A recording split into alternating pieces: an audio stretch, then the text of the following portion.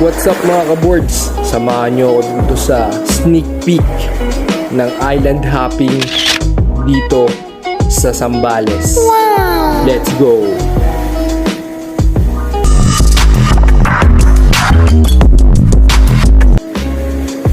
Isa ito sa mga sikat na travel destination sa norte.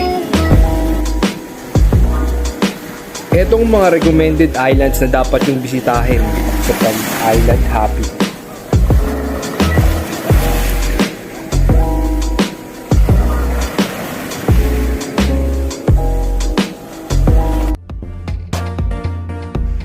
At talaga namang makakasama itong Zambales sa inyong bucket list dahil sa sobrang ganda ng mga beach dito.